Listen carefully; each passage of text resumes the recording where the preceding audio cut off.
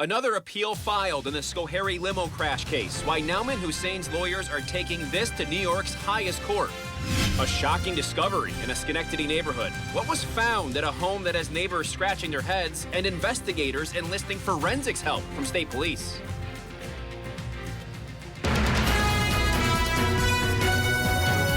CBS 6 News starts now. Good evening. First tonight at 5, a story taking over headlines, newscasts, and national conversations this week. 20-year-old Kaylin Gillis remembered today by a crowd of friends, family, and community members in Schuylerville. Kaylin was shot after police say the vehicle she was traveling in pulled into a wrong driveway in the Washington County town of Hebron. Services started at noon today at the Flynn Brothers Funeral Home. We saw people lined up to pay respects. Last night, a crowd met at Fort Hardy Park in Schuylerville for a silent candlelight vigil for the Schuylerville grad. So much support shown through actions and words for this young woman and the loved ones she leaves behind. Our crew has been in Schuylerville all day long. CBS 6's Ashley Dagger joining us live tonight. Ashley, what are you hearing from people who were there?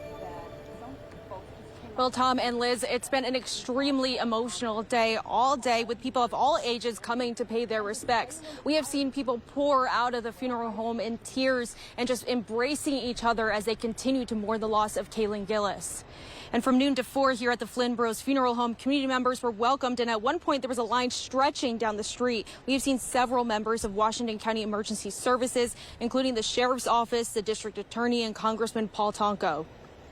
It happened in our fire district, and we thought it was a proper thing to do, to come down for the family, to pay our respects to the family.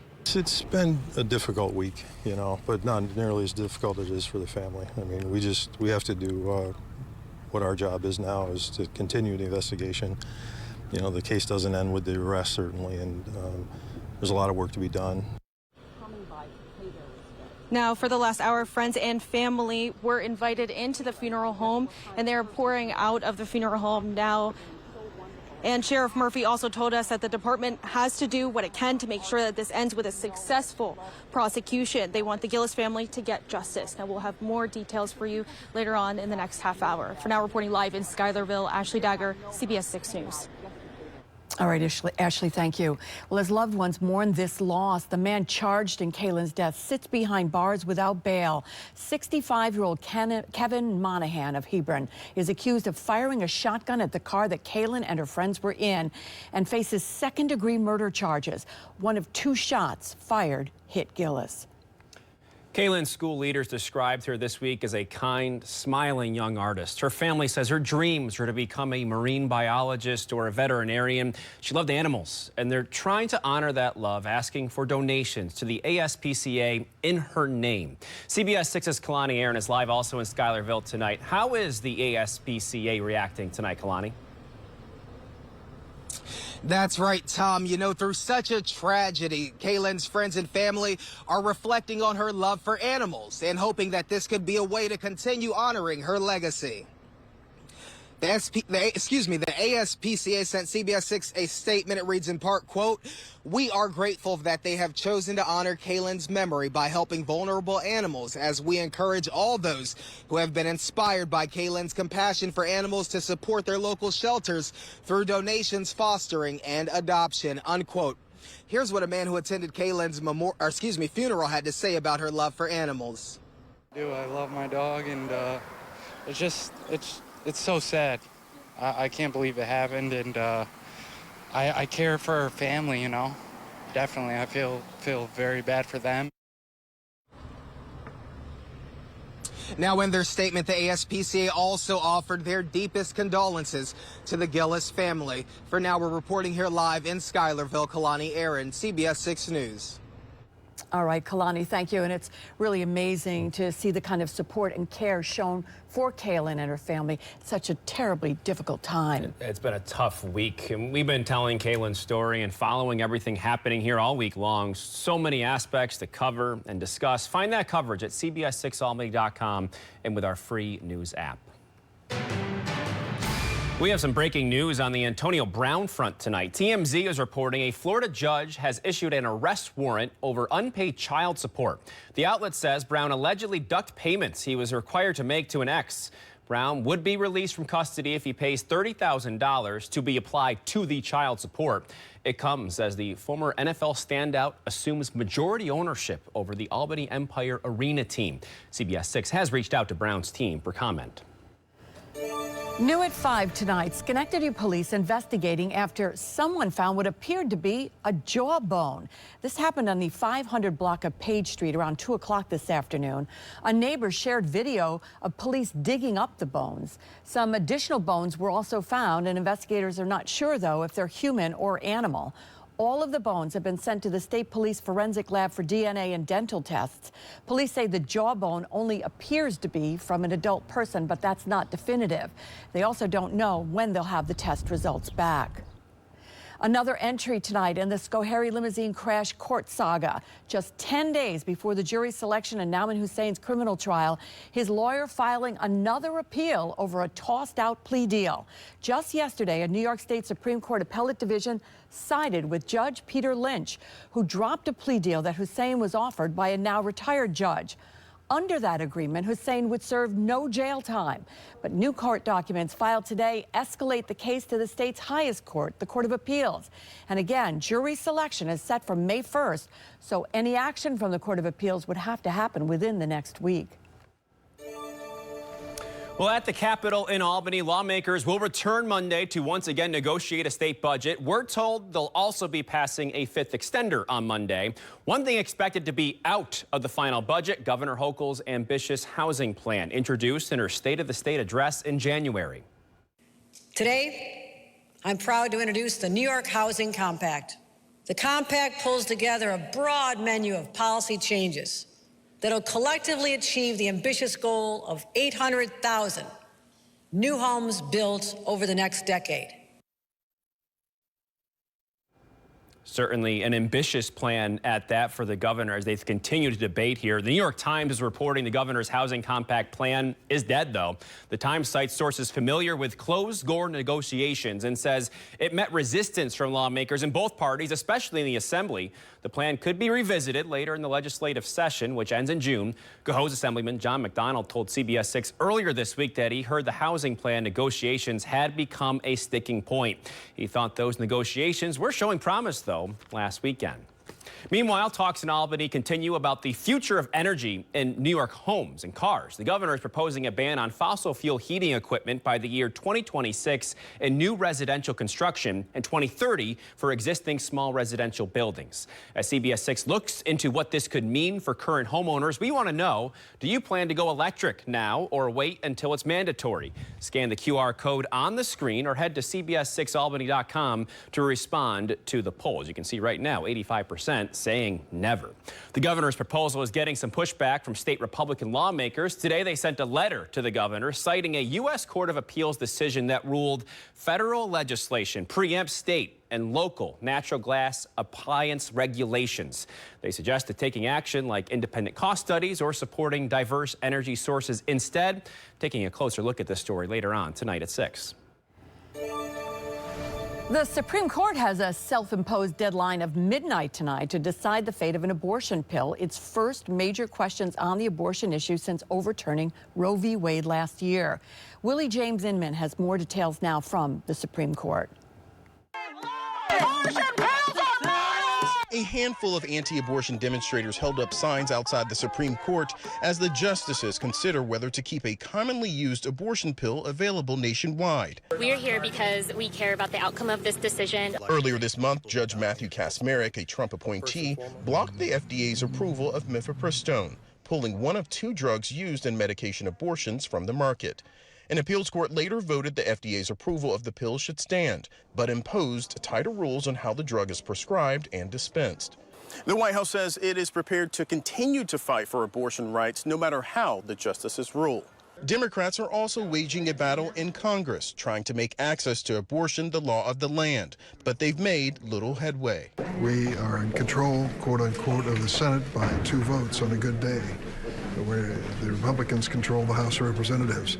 The notion of a legislative fix doesn't reflect the political reality of the Congress that we're facing. Republican-controlled houses passed national abortion bans in 2013, 2015, and 2017. The House will be in order.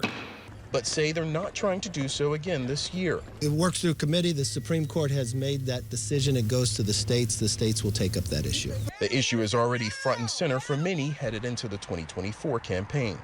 Willie James Inman, CBS News, the Supreme Court. Florida, by the way, is the most recent state to pass new abortion laws. Governor Ron DeSantis, a potential GOP candidate for president, signed the 6-week abortion ban into law last week. 6 people in Albany facing charges for animal cruelty. Started at the end of March when police responded to a complaint of a dog living in poor living conditions on Morris Street. 1 adult and 1 puppy were found in a room with urine, feces, and uncapped syringes. Police say Jonathan Willis lived at the home and was arrested earlier this month on animal cruelty charges and for failing to license a dog. A search warrant was executed at the home just yesterday. Police found 15 dogs in 1 room without proper food or water. 9 of them were puppies. All of the dogs found at the home were mixed breed. 5 other people were arrested at the home after the search yesterday on 15 counts each of animal cruelty and 9 for failing to license a dog. Charges dropped against Alec Baldwin over a deadly film set shooting, but prosecutors say this case is not over and will explain. President Biden ready for another run? An announcement could be in the works right now. I'm Scott Thuman in Washington with new reaction. And just spectacular out there this evening. Skies are mostly clear, nice breeze, and temperatures well into the 70s. This will not repeat over the weekend. The weather changes in a big way. Looking at some rainfall and a big drop in temperatures for you coming up after the break.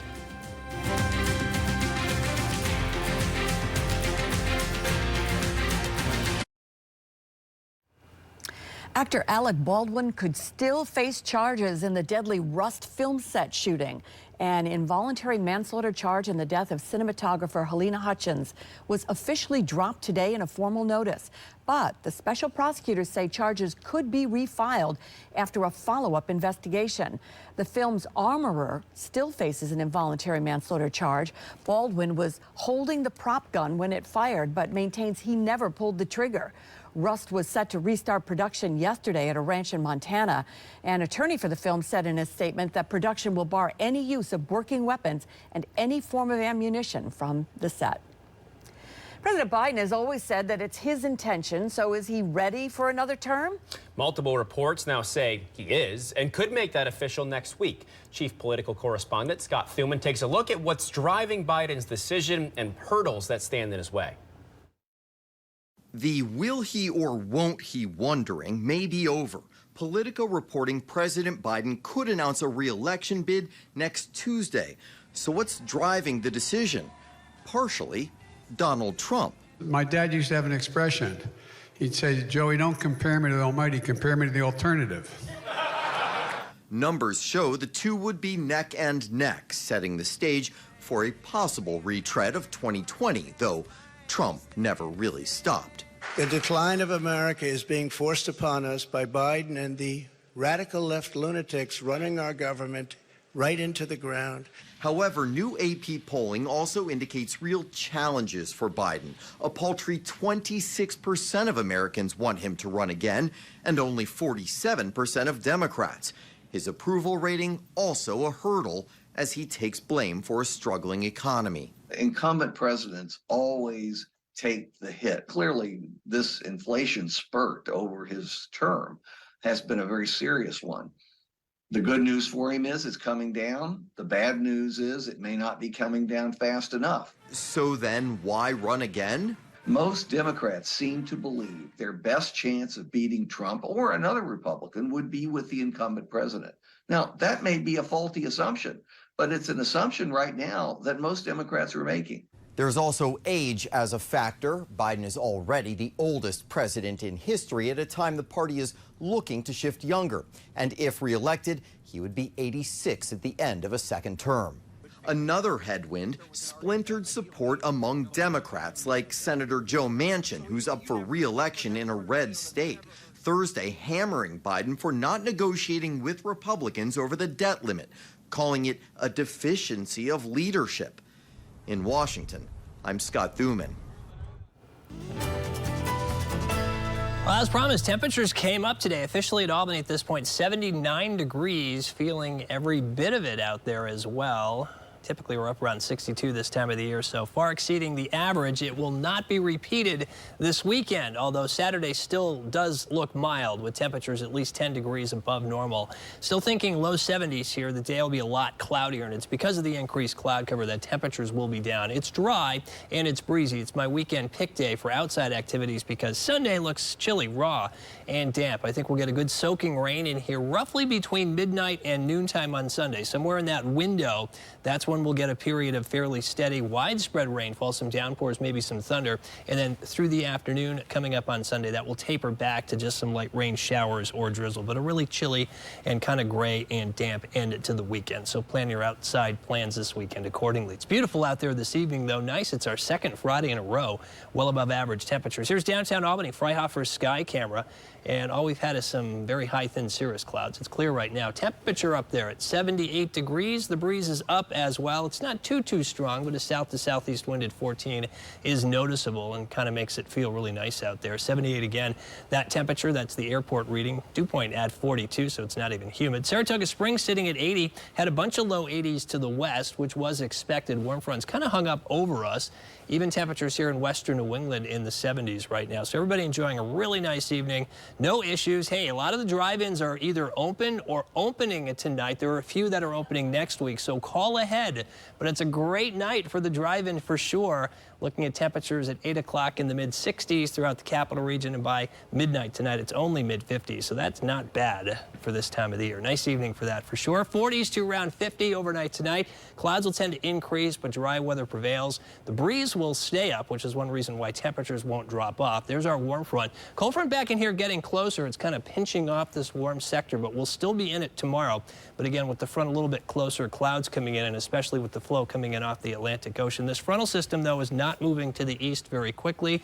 There are a few showers developing in advance, and there's a slight chance that ribbon of moisture could produce a shower thunderstorm later tonight in the Adirondacks. That would be the one spot that could get one, but for the rest of us, we're dry. And again, this wedge of mild air getting thinner and thinner, but we're still in it tomorrow, and that's the weather that we'll be in for Sunday with the temperatures much cooler on the other side of the front. So it's an okay day. Again, we'll get some sunshine, but on average, much cloudier conditions.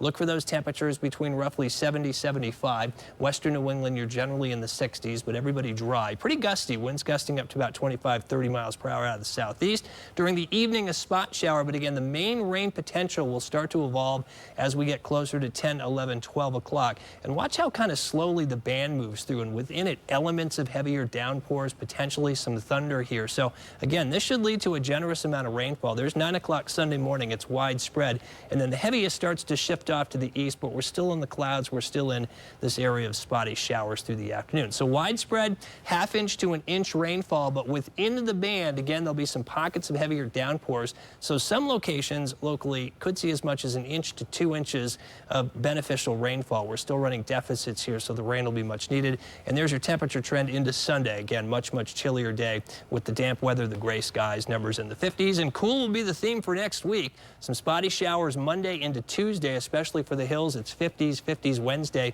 Might get back to 60 or a little bit better for Thursday and Friday.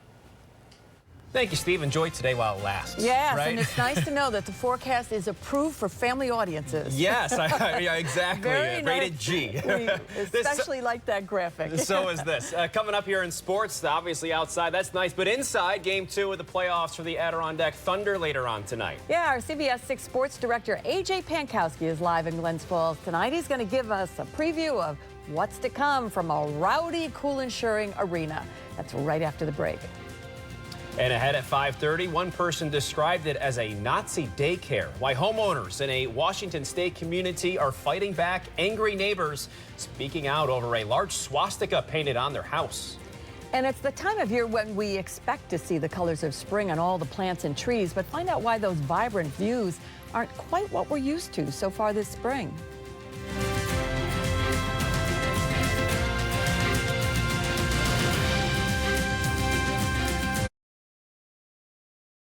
And now, CBS 6 Sports, sponsored by your local upstate Chevy dealers.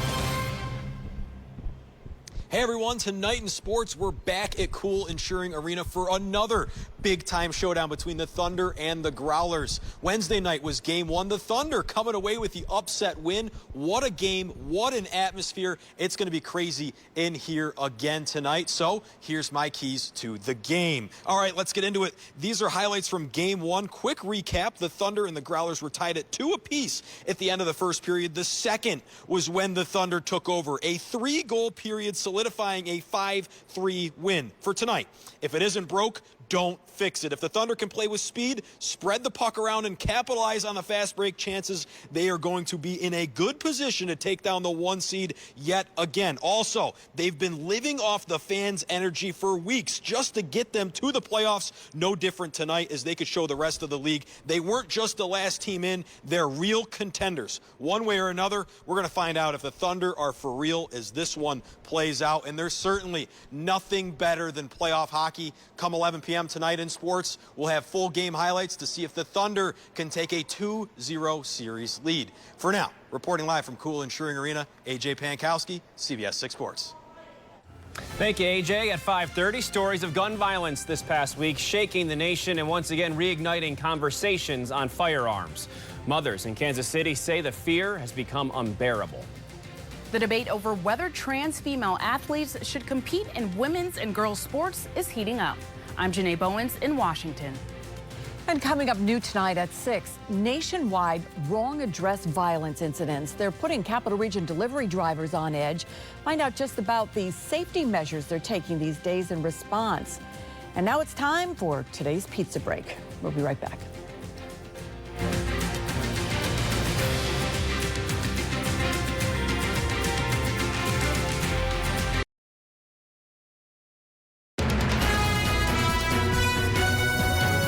CBS 6 News starts now.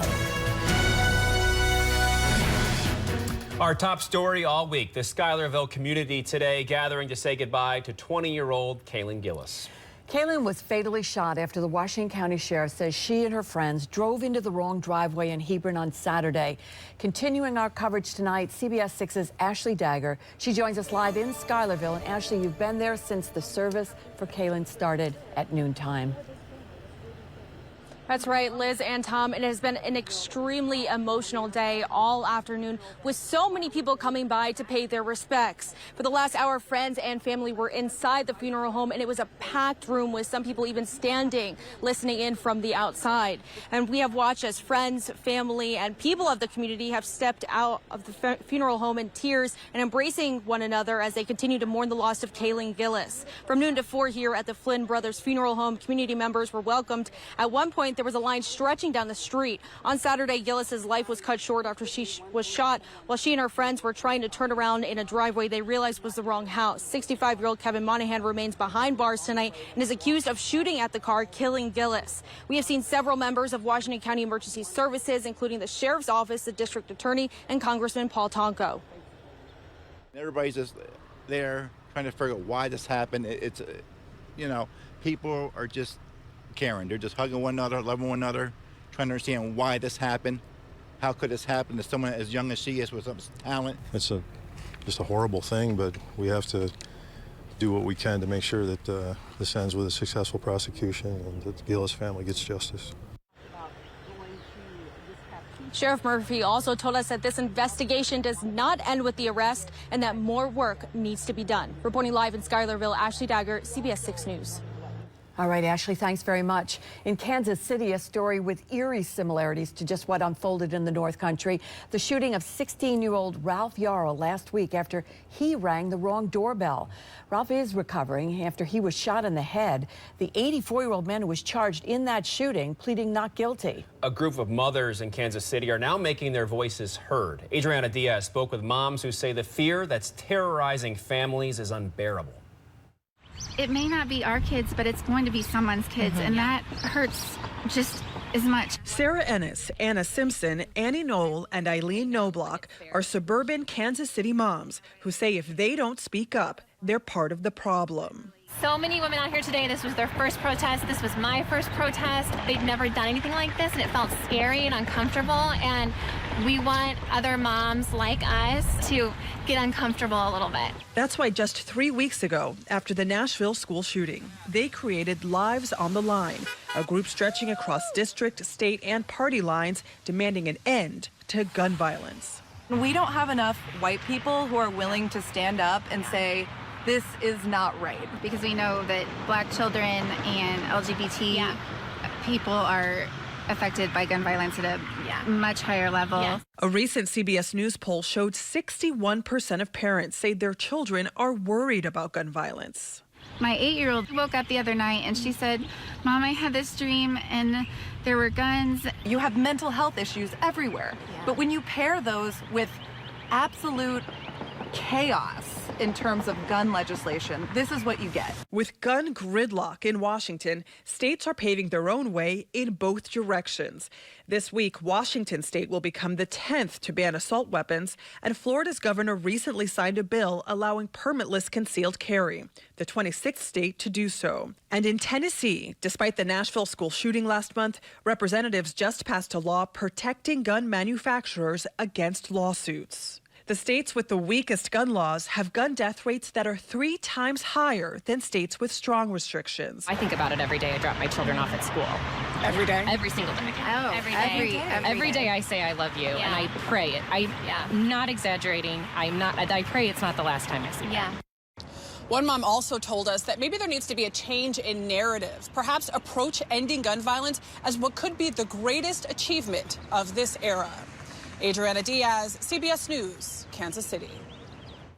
Now, a study from Johns Hopkins University shows that as gun sales have spiked, so have gun homicides.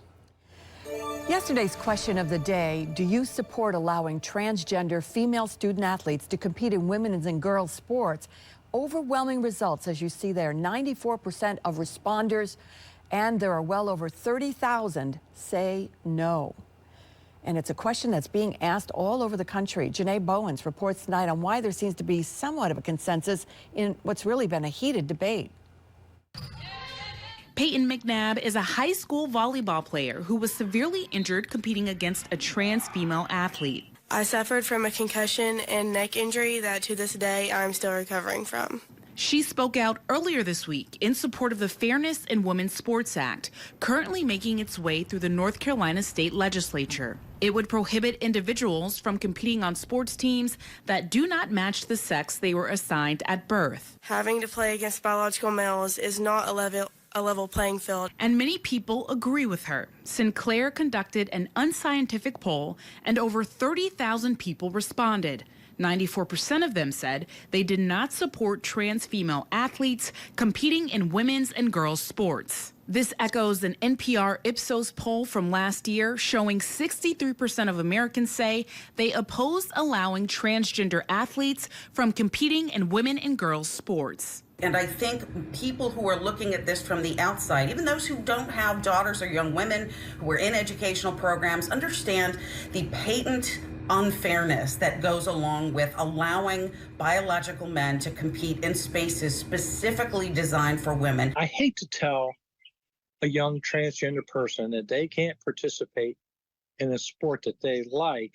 Trans activist and trans woman Danny Butler sees it from both sides, but agrees with the majority of Americans that allowing trans women to play in women's and girls' sports is not fair. I think they need to say, well, okay, my gender's different. Allowing biological males to compete against biological females is dangerous. 21 states have enacted laws like the one North Carolina is trying to pass. And on Thursday, the U.S. House of Representatives passed its own version. But if it made it to the president's desk, the White House says President Biden will veto it. Reporting in Washington, I'm Janae Bowens. And again, Thursday's question of the day is still live on our website if you want to participate. You can respond using your smartphone camera to scan that QR code there on your screen and access the poll. Well, now something we've been reporting for a few weeks here at CBS 6. Nationwide, fake reports of shootings and bombings at schools are rising. According to the Educators School Safety Network, there have been 401 of such calls, otherwise known as swatting. The call draws SWAT teams and other law enforcement and cause school lockdowns. Most of the calls are computer generated, allowing perpetrators to make several calls in a short amount of time. Lawmakers in D.C. are pushing to take on these types of disruptive, terrifying hoaxes. More than 36 Capital Region districts have been targeted since March. Well, now a bizarre story, new at 5:30 out of Washington State. Neighbors want anti-Semitic symbols at a house to come down. And to me, it looks like a Nazi daycare. The city of La Center is just north of Portland, Oregon, and officials there say there's really not much that can be done about this, but the homeowners say it's not what people think it is. Joe English spoke with the people who live in that home, and they say that people are getting the wrong idea about the message that they're trying to send. So let's get right to it, because when you paint a giant swastika on the side of your house and fly a World War II German flag in the backyard, only fair to expect people to wonder why. Well, the people inside the house say the symbols aren't meant the way people are taking them. So you're not Nazi supporters? No. We don't support nothing like that at all. So we're here to irritate the neighbors. Did you hear that from inside the house? That may have been the owner, Donald Soule, and the man at the door, possibly his son, who neighbors say moved in not long ago. As he explains it, it's all about the rainbow-colored fence on the side of the yard. The gentleman down on the corner, we were having our painting our fence, and he called the officers on us for painting our own fence. And they're trying to tell us that we can't do it. This house, you can still see lights hanging in the trees. O'Brien Miller lives across the street. He says last summer, somebody in the swastika house shot fireworks at his house, started his truck on fire. He got him on the camera. He literally pointed it, the launcher ones, pointed it right at my house. Luckily, it hit that tree right there and bounced off the tree and landed in the back of the truck. Miller, like many others, consider this hate speech, or at the very least, graffiti that needs to be cleaned up. The La Center mayor and city attorneys say it's neither. It's free speech, and it's not graffiti if somebody paints it on their own private property. But that's still not looking good to neighbors. So are you hoping the city can do something about this? I just wish the guy would mellow out and just get along with everybody. That's how you. But the city definitely needs to do something, because that's wrong. Now, La Center does have a city ordinance against graffiti, but the mayor and the city attorney are citing Supreme Court decisions that upheld homeowners' rights over city restrictions. Hey, are the flowers blooming at your house? Well, for much of the Capital Region, the answer might be no. Oh, okay. How the past winter, though, is playing a role in that and what it means for the future. An unexpected emergency. It could cost you big time, but saving up for the worst-case scenario can save you those headaches. Find out how to make it work for your budget. Temperatures today topping off well into the 70s. A bunch of us getting to 80 degrees this afternoon. These are numbers that will not be repeated over the weekend. And in fact, looking longer term, a lot of cool in our future. I'll be talking about that coming up in the next few minutes.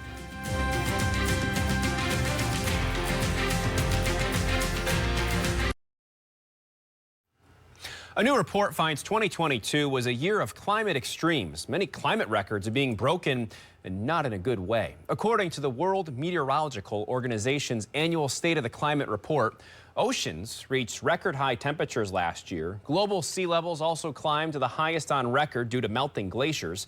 Antarctica's sea ice is currently at a record low of 737,000 square miles, and the European Alps saw a record year for glacier melt.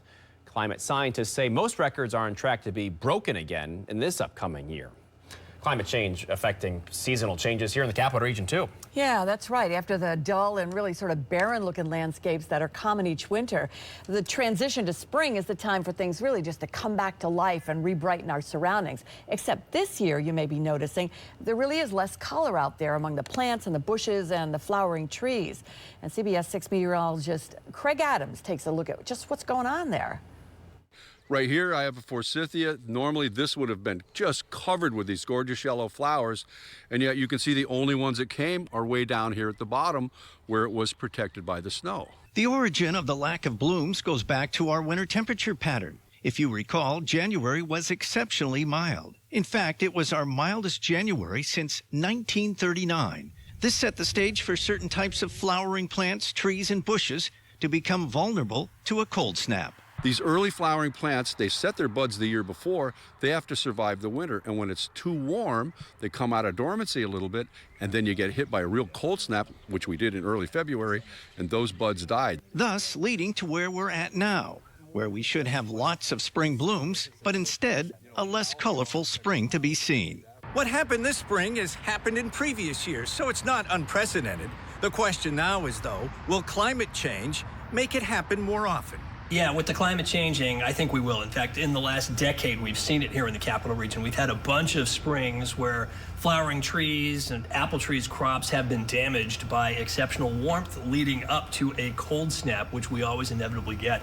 We're 5.5 degrees warmer in our winters now than we were in 1970, all due to climate change. Essentially meaning that future springs with less color like this spring could end up being the new norm.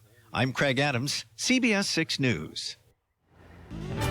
Yeah, it really is kind of depressing out there. I mean, there was hardly a forsythia bush in bloom. I know I look forward to mine just busting out, and this year, absolutely nada. You know, those PJM rhododendrons, the ones that are covered in the purple flowers, most of those are not blooming. Andromedas aren't blooming. All their buds got burned off, and the pear trees are doing okay. They're not great. The only flowering trees so far that have been doing okay have been the magnolias. Of course, they only last a couple of days, and with the breeze we had today, all those petals are being blown down. But hey, we'll take the 78-degree high temperature we had today. It is going to be a while before we see temperatures back into the upper 70s to around 80 degrees. So enjoy it while we've got it. Enjoy the evening if you're hanging out at home, maybe doing a little bit of grilling. Temperatures right around 70.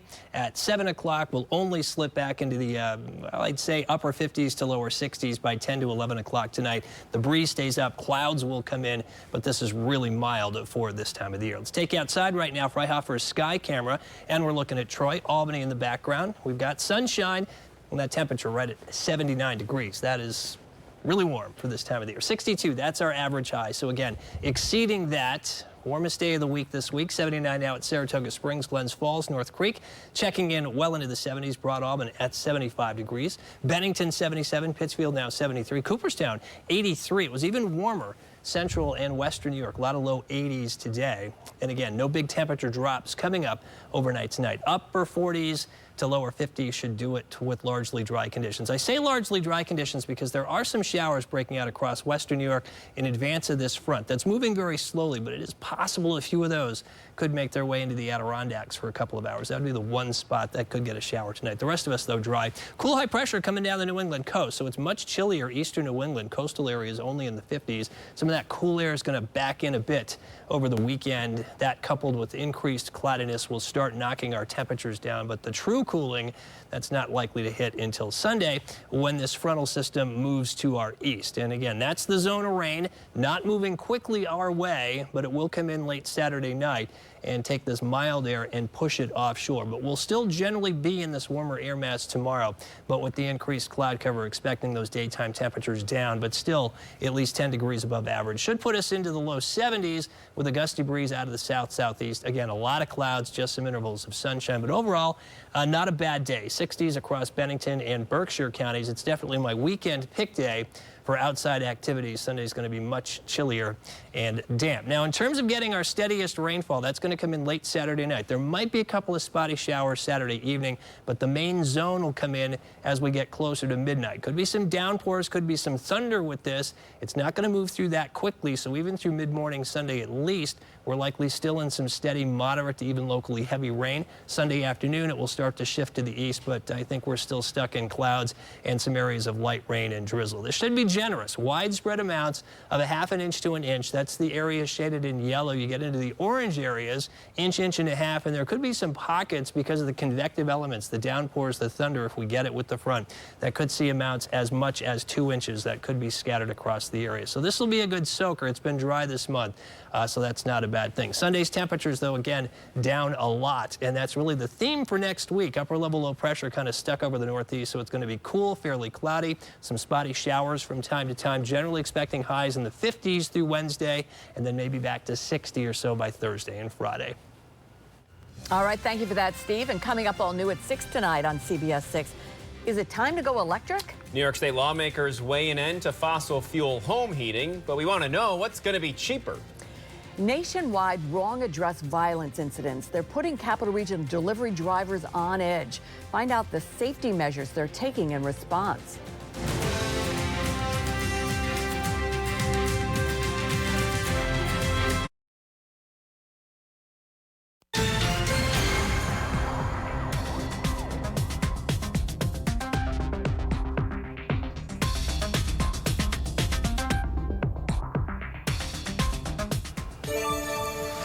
A coalition of attorneys general is demanding a federal recall of Kia and Hyundai vehicles that are highly vulnerable to theft because of a security flaw.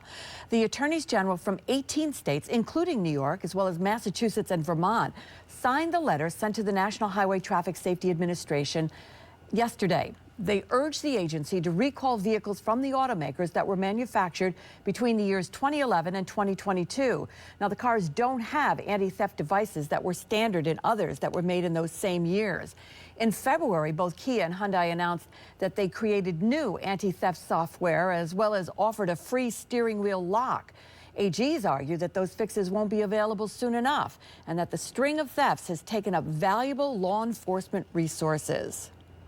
From inflation to unemployment to worries about being laid up by an illness, having an emergency fund can help smooth out life's financial hits. And as CBS 6 morning anchor Lara Bryn explains in your Consumer Reports, starting one might not be as tough as it seems. If you're lucky, things are going well right now. You have a steady paycheck, you pay your bills on time, and you might even have a little extra money left over. But what if something unexpected happens?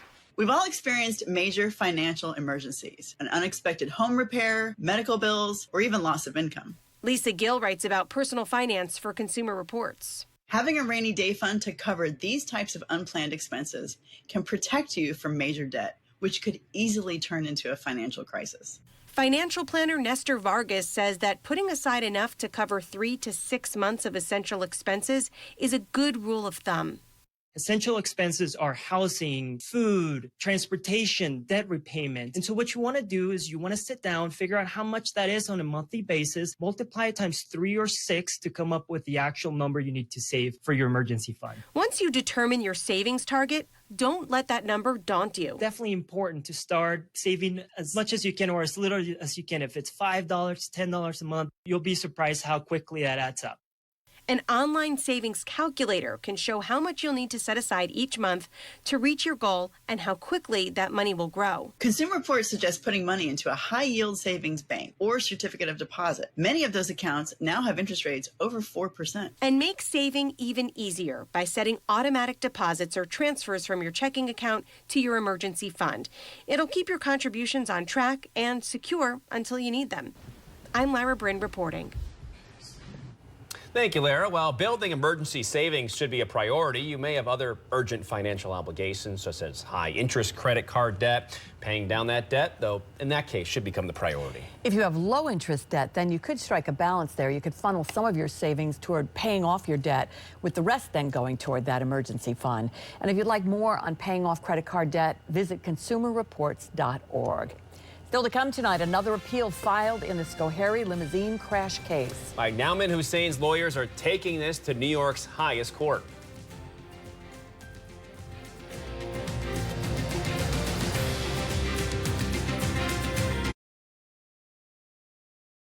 Continuing coverage of the funeral of Kaylin Gillis, the 20-year-old who was killed after accidentally driving into the wrong driveway. Tonight, we hear just how her family and friends wish for her to be remembered. Plus, should you go electric now or wait until the state tells you to? We ask lawmakers and residents what will be cheaper. CBS 6 News starts now. Good evening. This has been a day of mourning today in Schuylerville as friends and family and community members say goodbye to 20-year-old Kaylin Gillis. Gillis was fatally shot on Saturday after she and her friends mistakenly drove up the wrong driveway in Hebron. CBS 6's Ashley Dagger joins us live in Schuylerville. Ashley, an emotional day for the community. That's right, Tom and Liz. Hundreds of people have come by to pay their respects and celebrate the life of Kaylin Gillis. Even some people who we spoke with didn't even know Gillis personally. They just heard of this tragedy and wanted to come and support a community in mourning. And at one point here at the Flynn Brothers Funeral Home, it was a packed room inside, with some people even having to stand outside in order to listen into the service. Now, as people were walking out, they were in tears, embracing each other. Doors have been opened for a little more than 5 hours to say goodbye for community members, friends, and family. On Saturday, Gillis's life was cut short after she was shot while she and her friends were trying to turn around in a driveway they realized was the wrong house. 65-year-old Kevin Monahan remains behind bars tonight and is accused of shooting at the car, killing Gillis. We have seen several members of Washington County Emergency Services and spoke with community members who are devastated at the news of a young girl taken far too soon. People feel like you have a community where you could depend on your neighbor to be safe if a young girl needed help, if it were for other reasons. It's very sad. It's tragic. Everybody's just there trying to figure out why this happened. It's, you know, people are just caring. They're just hugging one another, loving one another, trying to understand why this happened. How could this happen to someone as young as she is with some talent? It's been a difficult week, you know, but not nearly as difficult as it is for the family. I mean, we have to do what our job is now, is to continue the investigation. You know, the case doesn't end with the arrest, certainly, and there's a lot of work to be done. Now, Sheriff Murphy also told us that the department has to do what we can to make sure that this ends with a successful prosecution and the Gillis family gets justice. Live in Schuylerville, Ashley Dagger, CBS 6 News. Thank you, Ashley. Kevin Monahan of Hebron appeared in court on Wednesday. He's accused of shooting and killing Kaylin Gillis in his driveway. The Washington County judge remanded Monahan to the county jail without bail, claiming the alleged crime outweighs any new bail reform policy. Monahan's attorney argued that his client was not a flight risk and plans to appeal the ruling. Kaylin Gillis' family has requested that donations be made to the ASPCA in Kaylin's memory. CBS 6's Kalani Aaron continues our team coverage live in Schuylerville tonight. Kalani, what did the ASPCA have to say about the potential impact that this donation can have? That's right, Tom. You know, through such a tragedy, Kaylin's friends and families are reflecting on her love for animals and hoping that donations to the ASPCA could be a way to continue honoring her legacy.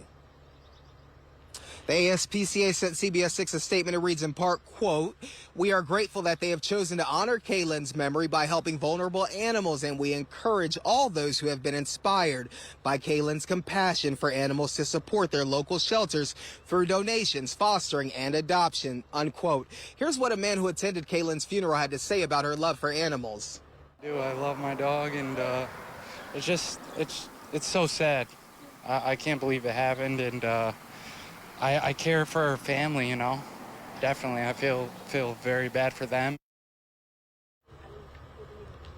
Now, in their statement, the ASPCA went on to offer their condolences, their deepest condolences, to the Gillis family. For now, we're reporting live here in Schuylerville. Kalani Aaron, CBS 6 News. All right, Kalani, thank you. And we have some breaking news on the Antonio Brown front tonight. TMZ is reporting a Florida judge has issued an arrest warrant over unpaid child support. The outlet says that Brown allegedly ducked those payments that he was required to make to an ex. Brown would be released from custody, we're told, if he pays $30,000 to be applied to the child support. This all comes as the former NFL standout assumes majority ownership over the Albany Empire Arena football team. CBS 6 has reached out to Brown's team for comment. Developing now, Schenectady police say they believe a human jaw was found in a resident's backyard near the 500 block of Page Street in Schenectady. It's important to note, police believe it appears to be a human jaw, but there's no definitive answers right now. There were also additional bones found, but police are unsure whether they're human or animal. The bones have been taken for DNA testing. You're going to want to stay with CBS 6 for this developing story. And another entry tonight in the Schoharie limousine crash court saga. Just 10 days before jury selection in Nauman Hussein's criminal trial, his lawyer is filing another appeal over a tossed-out plea deal. Just yesterday, a New York State Supreme Court Appellate Division sided with Judge Peter Lynch, who dropped a plea deal that Hussein was offered by a now retired judge. Under that agreement, Hussein would have served no jail time. But new court documents filed today escalate the case now to the state's highest court, the Court of Appeals. And again, jury selection is set for May 1st, so any action from the Court of Appeals would have to happen within the next week. And you can get all of the day's top local stories, the breaking news notifications, access to our Chime-In galleries, and more. Just download the CBS 6 News app. It's available, it's free in the Apple App Store and Google Play. State Senate Republicans are urging Governor Hochul to drop a budget proposal that bans and phases out fossil fuel equipment in buildings over the course of the next decade. The governor has also set forth a mandate that new vehicles must be zero emissions beginning in 2035. Today, we asked officials and residents if and when they think will be the best time to go electric.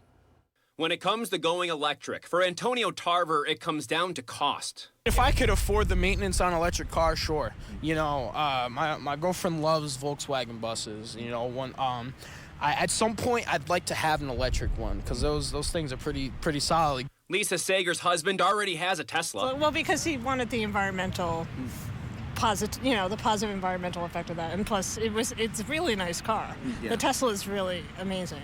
But she did admit some concerns over infrastructure availability, which is why Sharon Spalding hasn't gone electric yet at home or on the road. Yeah, I would say it's that whole availability of the infrastructure that's probably keeping us from going all electric. The costs also a concern, but maybe that could change. What's going to happen over time is that, you know, the more people adopt these things, the costs will come down. So whether or not, you know, you want to wait, you know, there's always those early adopters who want to do it now. And then I think as time goes on, the options will get more affordable and a little bit more, you know, people will understand and see what those things look like. But as more people go electric, whether they like it or not, there's concerns over what that might mean for the fewer people paying for gas, which mean the holdouts could be footing more of the bill. Patricia Fahey has introduced the New York Heat Act, which is also part of the Senate's budget proposal, to try and mitigate that. There's this 100-foot rule that's been around for decades, where if you're building construction, you automatically get these gas hookups. Well, the ratepayers, all ratepayers pay for that, $200 million a year. If we just eliminate that such that the builder then is beginning to pay those costs if it's gas, there's no cost if it's electric. Republican Chris Tague is against the New York Heat Act and thinks the proposed climate benchmarks are too aggressive. I just think we need to ease our way into this stuff. And listen, I'm not sold that all of it's going to work anyways. You know, we don't even know what we're going to do about the grid.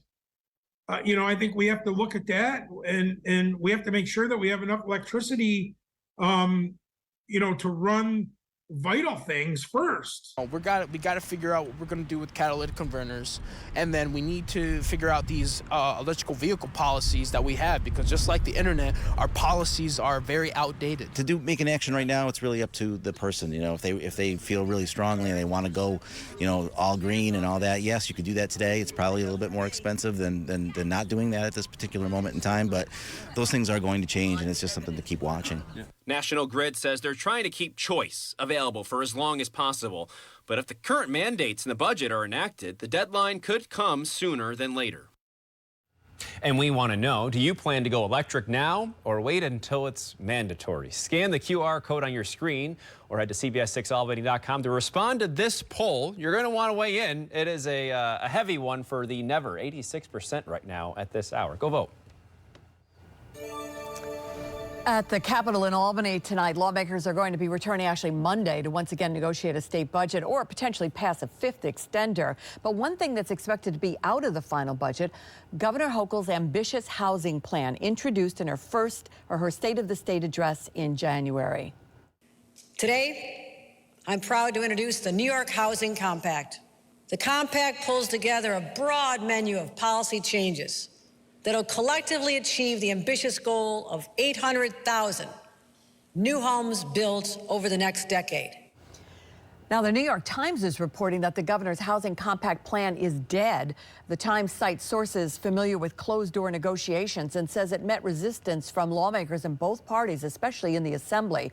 The plan could be revisited, though, later in the legislative session, which ends in June. Cohoes Assemblyman John McDonald told CBS 6 earlier this week that he heard that the housing plan negotiations had become a sticking point, and he thought those negotiations were showing promise last weekend. Hudson Valley Community College hosting what's known as a Semiconductor Day today. High school and college students interested in pursuing a career in the semiconductor industry and other in-demand STEM fields were in attendance. Today we caught up with one faculty member from Hudson Valley Community College who tells us how crucial this opportunity is for these kids. GlobalFoundries is right through the woods here. It's a great opportunity for them to see what their potential career paths are laid out in front of them. They have a great opportunity to learn everything that they need to know in order to get into that position, and then also with applied materials here, they kind of had an introduction to that where they serve the entire world with the semiconductor industry. Multiple industry leaders spoke today with the students, and even Congressman Paul Tonko delivered remarks on the industry's importance. Today, a veteran of the Saratoga County Sheriff's Office had his final walkout and is on his journey of retirement now. Under Sheriff Richard Castle has spent 33 years in law enforcement, starting his career as a dispatcher when he was just 19 years old. During Castle's career, he oversaw the design and build out of the radio system, redesigning the deployment of the 911 center, and much more. He was promoted to the role of undersheriff in 2016, and one honor he had, he said, was meeting President Barack Obama back in 2016. That was part of the 21st Century Policing Task Force, and where he gave insight to the future of law enforcement. I loved my time on the road, working directly with people. During that same time, I was working as a paramedic in Malta on my days off. I worked my 2 days off in Malta and then worked my other days here. I enjoyed my time interacting with our communities and the members of our community. It's some of the happiest times of my life. I'll bet they were. Sounds like a great guy. Castle tells CBS 6 he's leaving at the high point of his career. What he'll do next, he says, he'll be making some announcements about that, and we'll be following it for you. Yeah, those future endeavors, always fun to think about that future beyond your current career. A lot of time to both think about it and to do it. He's got more now, we know that. Yes, congratulations. Coming up, concerns from delivery drivers following violent incidents in driveways nationwide. You all new at 6 tonight. We're going to hear what safety measures they're taking in response. Plus, springtime is here, and that means preparing for track season in Saratoga Springs. We get a look at the Oklahoma training track ahead of this year's summer meet. And it's our second delightful Friday weather-wise in a row. Great night to hang outside. Temperatures fall back generally into the upper 50s to low 60s by 11 o'clock, so that is mild by late April standards. We will not repeat the temperatures we had today. Coming up over the weekend, it's a cooling trend and also a trend that's going to lead us to a good shot of rainfall. Timing that for you coming up after the break.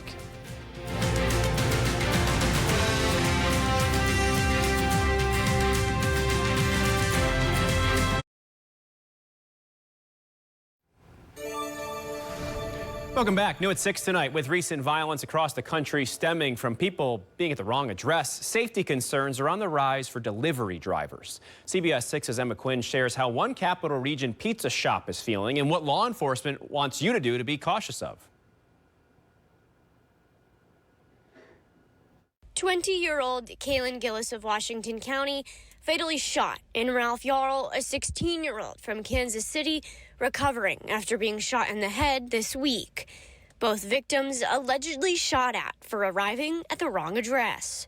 Capital Region staple Paisans Pizza Shop owner Frank Scavio says the last 30 years, delivery drivers' safety has always been a concern. We've had drivers held up before. We have drivers that have been robbed before. So it is a dangerous thing to pull up onto a block, especially late night. Flown County Sheriff Richard Giordino says drivers should take precautions when out on deliveries, especially to new areas. If you pull into a driveway and you're not sure where you are, be sure the lights are on in your car. If you're lost and need to call, use a cell phone or get cell service. That's one of the issues that's been founded as a result of this incident, that there's not enough cell service in the North Country. At Paisans Pizza, drivers have GPS units they use to get to and from deliveries. Tells us, which is a nice thing, how long they should be before they get back. So if a driver is not back, if it says, hey, he should be back in 22 minutes and the guy's been 50 minutes, we normally call after 30 minutes, say, hey, what's going on? Everything okay? Giordino says protocol from Amazon and other big box delivery companies has raised concerns over the last week. And so Amazon or some of these delivery companies should see that the vehicle is marked, a magnet or something on top, so they know that it's a delivery vehicle. Unfortunately, we have Amazon and places like that that are allowing people to use their own vehicles. Simple steps law enforcement and businesses believe can avoid a disastrous situation. In the Capital Region, Emma Quinn, CBS 6 News. The Oklahoma training track in Saratoga Springs opened this week, and now the fans have the opportunity to reserve their tables. Some of the places that the fans can make a reservation include the popular Miller Time 4-Star Dave Sports Bar and then the Pick 6 Vodka Picnic Paddock. According to NYRA, the public is free to use the Whitney viewing stand overlooking the Oklahoma track before the start of the 2023 summer meet. And it'll be free every Friday, starting today, Saturday and Sunday, until the summer meet kicks off in July. All right, officially at Albany, 79 degrees this afternoon. So again, temperatures up a lot. It will still be mild on Saturday as we head into the weekend, but we're not going to repeat temperatures like this, I think, now for a long time. Still about 73 tomorrow. Cloud cover coming in and a gusty southeast breeze kind of importing some somewhat cooler air off the ocean. We'll have our temperatures down a bit, but that's still well above average. It's a dry day. It's my weekend pick day, too. Sunday looking much, much, much cooler and raw. I think we've got steady rain. Sunday morning, it's down to just some showers, maybe drizzle for the afternoon. Temperatures generally here in the 50s. So again, Sunday much, much cooler, and that's going to start what will be a string of cooler than average days, taking us into at least next week. All right, checking out Schenectady. Fryhofer Sky Camera View, 75 degrees. Flag is blowing a bit in the wind. We do have a breeze out there and just some high, thin clouds kind of filtering the sunshine a little bit. It's a nice, nice evening for sure. 77 now at Albany with a dew point at 41. There's your wind, southeasterly at 20, so it is up and will stay fairly breezy overnight tonight. 74 at Amsterdam and Gloversville. 77 at Troy. 71 at Pittsfield with Bennington now at 74 degrees. Upper 70s, Clifton Park to Ballston Spa, Wilton, Galway 76. Mariahville 74 and Esperance now nice at 72 degrees. This is good stuff. Drive-ins are open in most instances. Last weekend and this weekend, there's a couple that are opening next weekend, so call ahead if you might head out. But a beautiful evening for it, with temperatures falling back from the mid-60s at 8 o'clock into the mid and upper 50s by midnight tonight. Just some patches of clouds and dry weather conditions. So for those drive-ins that are opening this Friday evening, it's a really nice weather scenario for opening night. Upper 40s to around 50 or so for low temperatures tonight. Chance of a shower in the Adirondacks late tonight, but the rest of us get a dry one with the gusty breeze. We've got a front to our west. Warm front's kind of hung up on us right now. Cool high pressure slipping down the New England coast. It's only in the 50s around Boston and Portland, Maine. But the warm air stays with us for another day or so, and that front just slowly moves in. A few showers developing in advance are the ones that could make their way into the Adirondacks for a time tonight. And again, that's the only chance of a shower in the area. So this wedge of warmth gets shoved offshore by Sunday. That's the air mass we're in by the second half of the weekend. In between, of course, we get the rain, and April's been running dry, so the rain not a bad thing. But that doesn't happen during the day tomorrow. So even as skies become mostly cloudy, dry weather should prevail. Temperatures again 70 to 75, except 60s across southern Bennington and Berkshire counties. Maybe a spot shower by Saturday evening, but the main event, that'll be coming in roughly between midnight and noontime on Sunday. There'll be some localized downpours, potentially some thunder with this, and again, beneficial rainfall. That's the projection for 4 o'clock Sunday, and right through 8 to 9 o'clock, it's only going to slowly shift off to the east. So much of Sunday morning, pretty wet. The afternoon, though, we'll see a bit of a drying trend, lots of clouds, and probably some spotty light rain or showers lingering, though, through the course of the day. So don't expect it to completely dry out after the heaviest moves away. Widespread amounts of a ½ inch to 1 inch, and there'll be some locations that may see rainfall amounts up to 2 inches. Again, there's going to be these little pockets of downpours and maybe some thunder, and it's in those spots where the rainfall amounts will elevate. That could really happen anywhere across the area. So everybody should do well with this one, and that's a good thing. Sunday, again, on the other side, much, much cooler with temperatures in the 50s, and that's the theme for next week. A lot of clouds, especially Monday, Tuesday. Still could be a few showers around. It's 50s on Wednesday. With any luck and some breaks of sun, we'll get temperatures back to around 60 or a little bit better Thursday, but another chance for showers coming up next Friday. All right, thank you for that, Steve. And still ahead here, the excitement is building for the Adirondack Thunder as they host Game 2 of the playoffs later tonight. Our CBS 6 sports director, A.J. Pankowski, live in Glens Falls to give us a preview. What's to come from a rowdy Cool Insuring Arena? Coming up right after the break.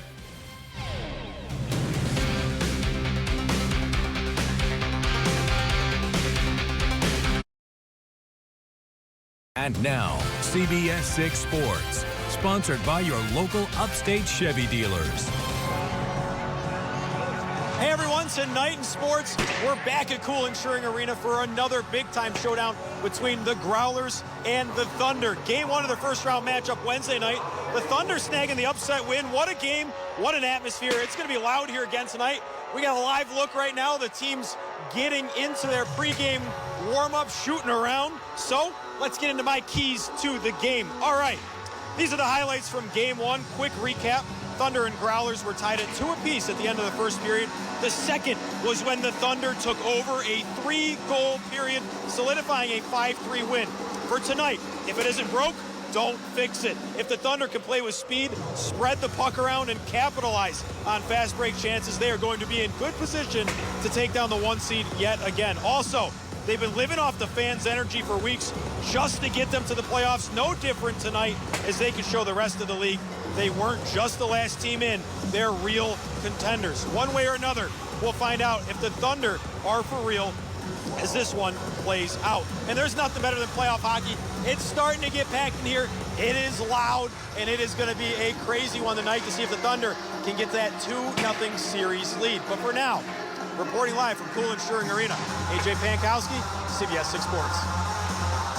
Thank you, AJ. Watch the pucks down there at ice level, right? Be careful. I thought one of them hit the glass. I know. I was like, okay. At least the back of your head. Thanks for joining us here for the CBS 6 News at 6. Here's a look at what's ahead at 6:30. There's a report out now that shows a new trend among job seekers and what they're asking of their employers. And we'll break down what it could mean for the future of the job market. And a closer look at climate change's impact on flower growing season. CBS 6's Craig Adams shows us what's happening to plant and tree life in our area.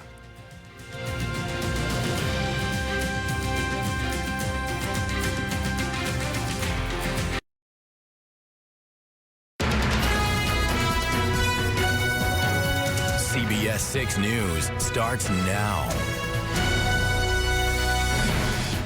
Now, first at 6:30, your top stories and weather headlines. Here's what you need to know right now. The funeral of 20-year-old Kaylin Gillis taking place throughout the day today. Community members were welcomed at the Flynn Brothers Funeral Home, where a line stretched down the street. Members of the Washington County Emergency Services, including the sheriff and the district attorney, were there today. Schenectady police reporting that they believe a human jaw was found on a resident's property. It's important to note here, they don't have any confirmation. It's simply an assumption at this time. So kind of scary. The bone has been taken for DNA testing by investigators. And lawmakers will return Monday to once again negotiate a state budget or potentially pass a 5th extender. But the New York Times is reporting that the governor's ambitious housing plan will not be included. The plan could be revisited later in the legislative session that ends in June. Main weather headline today, of course, the warm. Temperatures shooting up as expected. Many of us upper 70s to even right around 80. Schaghticoke up to Schuylerville, Whitehall, all hitting 80 degrees today. 79 at Albany, Stephentown 75, Voorheesville 76, Sprakers up to about 80 degrees. I hope you had a chance to enjoy because these kinds of temperatures will not be repeated probably for a long time. We'll still see some 70s tomorrow, but generally low 70s. And then after that, a really substantial cooling trend that's probably going to have some staying power. That plus some rainfall, which we could use, which is coming in over the weekend. I've got my latest thinking on timing and how much we'll get. That's all coming up in the next few minutes. Thank you, Steve. Get your weather updates anytime with the CBS 6 Weather Authority app. Find that in your app store by searching WRGB. Tonight is the Supreme Court's deadline that would determine whether or not the abortion pill, mifepristone, should be restricted while a lawsuit over the drug plays out. Abortion opponents filed a lawsuit that challenges the FDA's regulations for the medicine. Democrats continue to call the proposed restrictions an attack on reproductive rights. Multiple Republican states have pushed for banning the drug altogether. The Supreme Court was supposed to have this decision by Wednesday, but one of the justices ordered the timeline to be extended. We'll continue to monitor the decision as it is handed down. Meanwhile, the head of the Senate Judiciary Committee wants the Supreme Court Chief Justice to testify about ethics rules. Senator Dick Durbin wrote a letter to Chief Justice John Roberts asking him or a justice of his choice to appear before the committee next month.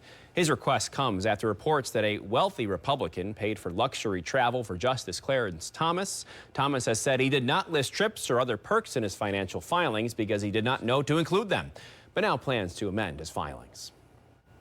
Fake reports of shootings and bombings at schools are rising. According to the Educators School Safety Network, there have been 401 of those calls, otherwise known as swatting, that draw SWAT teams and cause school lockdowns.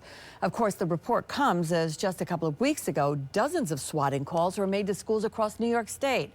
Most of those calls are computer generated, allowing perpetrators to make several calls in a short amount of time. Vice's Motherboard recently reported that there were swatting devices on the darknet, allowing people to pay for those kinds of services. With a growing threat of a civil war in East Africa, the U.S. is making plans to evacuate Americans if needed.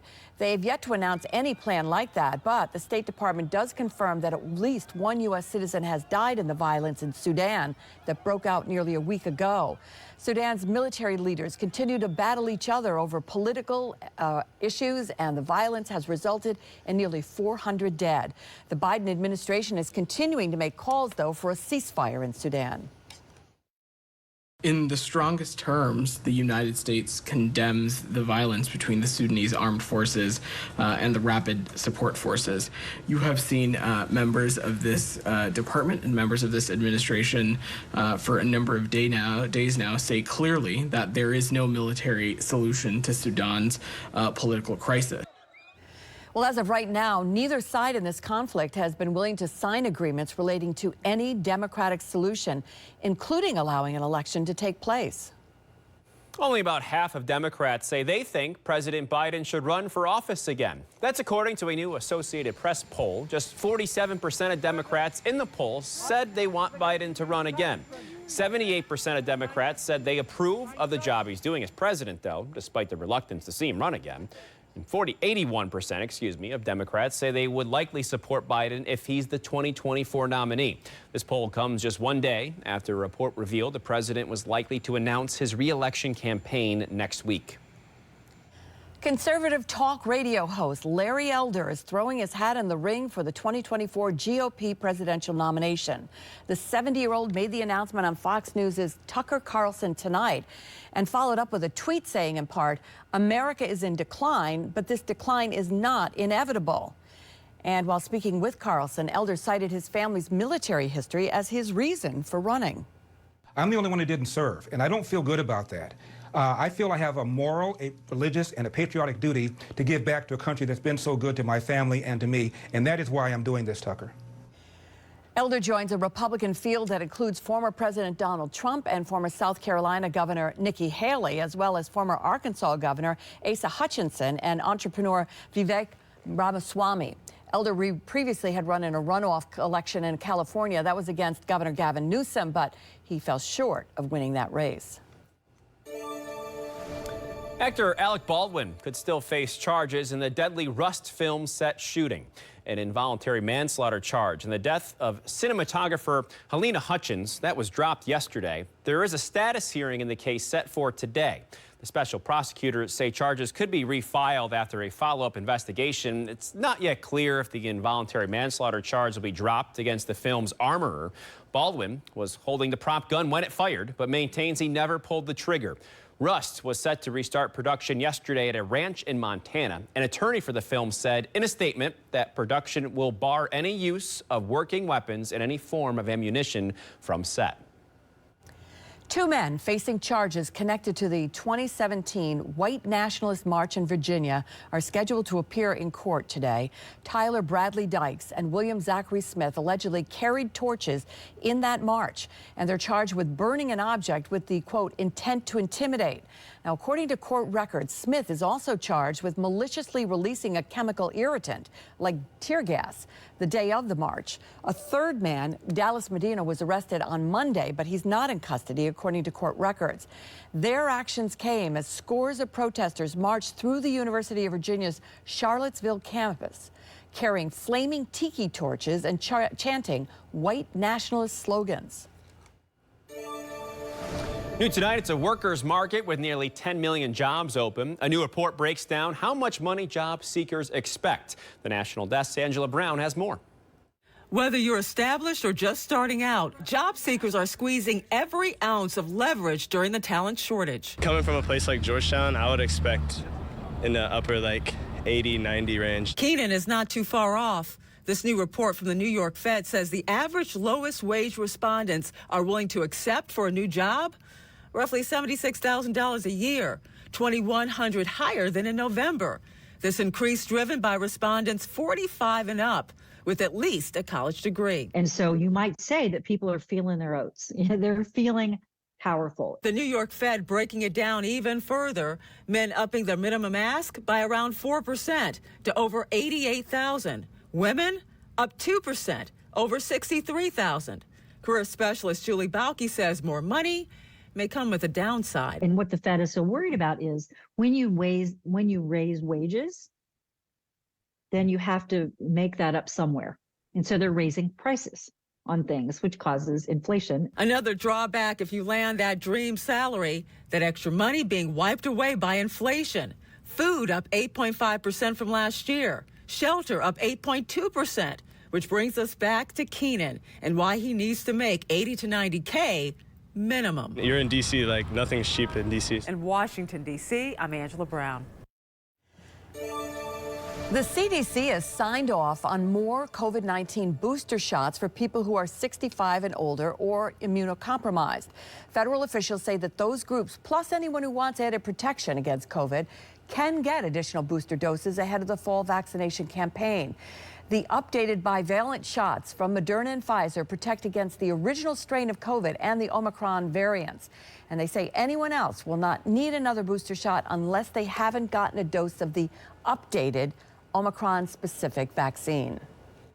IKEA is planning to spend more than $2 billion to open 8 new locations in the United States. The move would expand the retailer's furniture empire in the U.S. in its biggest ever investment in a single country. The locations of the new U.S. stores have not yet been decided. There's currently no IKEA stores located in New York State, but IKEA says it plans to grow its presence on the East and the West Coast and invest more in the South, too. I guess that's pretty much everywhere. The company says the new outlets would create 2,000 jobs. Coming up here, more regulations will soon be on their way addressing toxic chemicals from the EPA. Just what common household chemical the EPA is looking to ban due to a major health hazard. And a closer look at climate change's impact on flower growing season. CBS 6's Craig Adams shows us what's happening to plant and tree life in our area this year.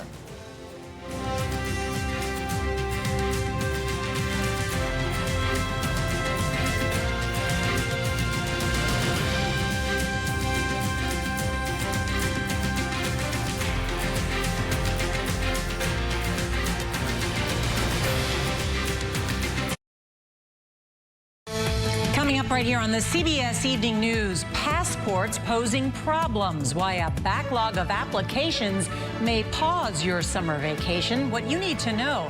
That's tonight here on the CBS Evening News. The EPA wants to ban a toxic chemical that's used in paint strippers. Methylene chloride is a solvent that's also used to refinish bathtubs and other surfaces, as well as to make refrigerants, among other uses. Short-term exposure can cause dizziness, headaches, and also harm the central nervous system. It's also been linked to dozens of accidental deaths. So if the ban does move forward, then the chemical would not be allowed in any consumer use or in most industrial and commercial uses. After the dull and sort of barren-looking landscapes that are common each winter, the transition to spring is the time for things to come back to life and re-brighten our surroundings. Only this year, you might be noticing there's less color among the plants, bushes, and flowering trees. CBS 6 meteorologist Craig Adams takes a look at what's going on. Right here, I have a forsythia. Normally, this would have been just covered with these gorgeous yellow flowers, and yet you can see the only ones that came are way down here at the bottom where it was protected by the snow. The origin of the lack of blooms goes back to our winter temperature pattern. If you recall, January was exceptionally mild. In fact, it was our mildest January since 1939. This set the stage for certain types of flowering plants, trees, and bushes to become vulnerable to a cold snap. These early flowering plants, they set their buds the year before. They have to survive the winter, and when it's too warm, they come out of dormancy a little bit, and then you get hit by a real cold snap, which we did in early February, and those buds died. Thus leading to where we're at now, where we should have lots of spring blooms, but instead a less colorful spring to be seen. What happened this spring has happened in previous years, so it's not unprecedented. The question now is, though, will climate change make it happen more often? Yeah, with the climate changing, I think we will. In fact, in the last decade, we've seen it here in the capital region. We've had a bunch of springs where flowering trees and apple trees crops have been damaged by exceptional warmth leading up to a cold snap, which we always inevitably get. We're 5.5 degrees warmer in our winters now than we were in 1970, all due to climate change. Essentially meaning that future springs with less color like this spring could end up being the new norm. I'm Craig Adams, CBS 6 News. Yeah, if you want to learn a lot more about the specifics on exactly what happened this winter, the exceptionally mild January and then that 24 to 30-hour cold snap in February, which really was the part that wiped out the flowers this spring, you can check out our website, cbs6albany.com. Right on the main page, we've got an article about what's going on with the lack of flowers in our somewhat flowerless spring, at least so far. But boy, today, nice for sure. As expected, temperatures really came up. We hit 79 at Albany, currently 77 degrees. Nice breeze out there as well with plenty of sunshine. So if you're hanging out at home, maybe grilling, sitting on the deck, doing a fire pit or something, it's another great Friday evening. 2 in a row. That's hard to do this time of the year. 7 o'clock right around to 70. 11 o'clock still pretty mild by April standards with temperatures in the upper 50s. We will not repeat temperatures like this coming up this weekend. And in fact, it's probably going to be a while before we get this warm again. Let's take outside right now. Freihoffer's Sky Camera Network. We're checking out Pittsfield right now. Pittsfield looking nice with the sunshine. Temperature currently 69 degrees. That sun is great though. Beautiful. We'll take it. Not going to be this sunny coming up on Saturday. Clouds are going to start knocking the temperatures down, and then eventually we're going to get some rainfall. 77 at Albany. There's your south to southeasterly wind. It's gusty at 20, and the breeze will stay up tonight right through the day tomorrow. Lots of 70s still on the map here from Amsterdam to Cobleskill. Cobleskill now 75, 74 Bennington, Cambridge, and Washington County.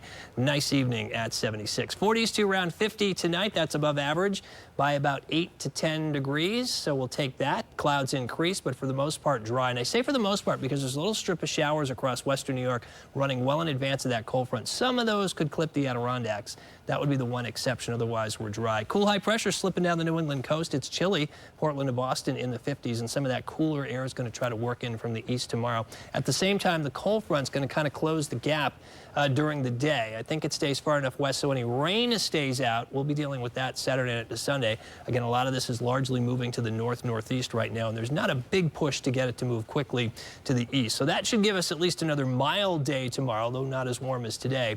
And then Sunday, that's the air we're going to be in, so it's going to be a lot cooler with the clouds and the periodic wet weather that I expect we'll have for the second half of the weekend. So in terms of Saturday, there will be some intervals of sunshine, but on average a much cloudier day. So that's going to kind of cap the temperatures, looking for highs anywhere from about 70 to 75 degrees across much of the area. Bennington, Berkshire counties, Rutland County, you're looking at 60s as some of that cooler marine air comes in. Gusty winds up to around 30, so it's a breezy day. But again, for the most part, it is dry. Couple of spot showers towards evening. That's the projection for 8 o'clock. But the front, that's going to bring the main thrust of rain roughly between about midnight and noontime on Sunday. There will be some elements of downpours and maybe some thunder with this during the overnight period. So this should be a generous soaking rain. Mid-morning Sunday, it's still widespread. Sunday afternoon, the heaviest pulls out, but still plenty of clouds, still some periodic light rain or showers through the day. So Sunday, not a great outside activity day. Saturday's definitely the pick. Widespread half-inch to inch rainfall. That's what I'm expecting. There will be some pockets that potentially get as much as 1.5 to 2 inches of rain. Again, because there will be these smaller elements of heavy downpours and thunder through the overnight. So that'll be scattered across the area. So a decent soaker for us, and then again, leaving us much, much cooler on Sunday with temperatures generally in the 50s. And that's the theme for next week. Upper level of pressure kind of gets stuck in the atmosphere overhead. Clouds, some showers Monday into Tuesday, especially for the hills. 50s through at least midweek, maybe back to about 60 or so, maybe a couple of degrees higher for Thursday, Friday, but another chance for some showers coming up on Friday. Weather Window, presented by the National Weather Desk. Thursday night storms put on quite a sky show in Austin, Texas. In addition to the lightning, several cars got stuck in high water. While in Waco, crepuscular rays and mammatus clouds appeared after the storm passed. And check out this South Carolina Eagle who looks like he could use some rest this weekend. Listen to Off the Radar, new episodes every Tuesday. Find it wherever you get your podcasts. All right, well, coming up in sports, more playoff hockey. The Adirondack Thunder hosting Game 2, first round against the Growlers tonight. What a nickname. I know, it's a good one. And our CBS 6 sports director, A.J. Pankowski, is in Glens Falls tonight. He's going to give us a preview of what's to come from that rowdy, cool insuring arena. It's up right after the break.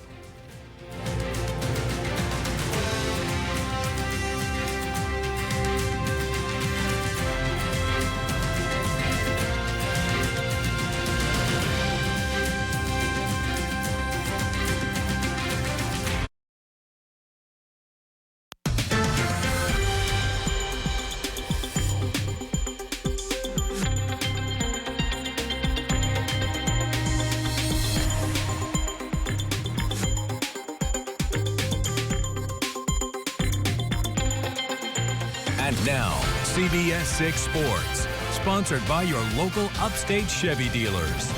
Hey everyone, tonight in sports, we're back at Cool Insuring Arena for another big-time showdown between the Thunder and the Growlers. Game 1 Wednesday night, the Thunder coming away with the upset win. What a game, what an atmosphere, and tonight it's going to be crazy in here. Sellout crowd expected. So, here's my keys to the game. All right, let's get into it. These are the highlights from Game 1. Quick recap, the Thunder and the Growlers were tied at 2 apiece at the end of the first period. The second was when the Thunder took over. A 3-goal period solidifying a 5-3 win for tonight.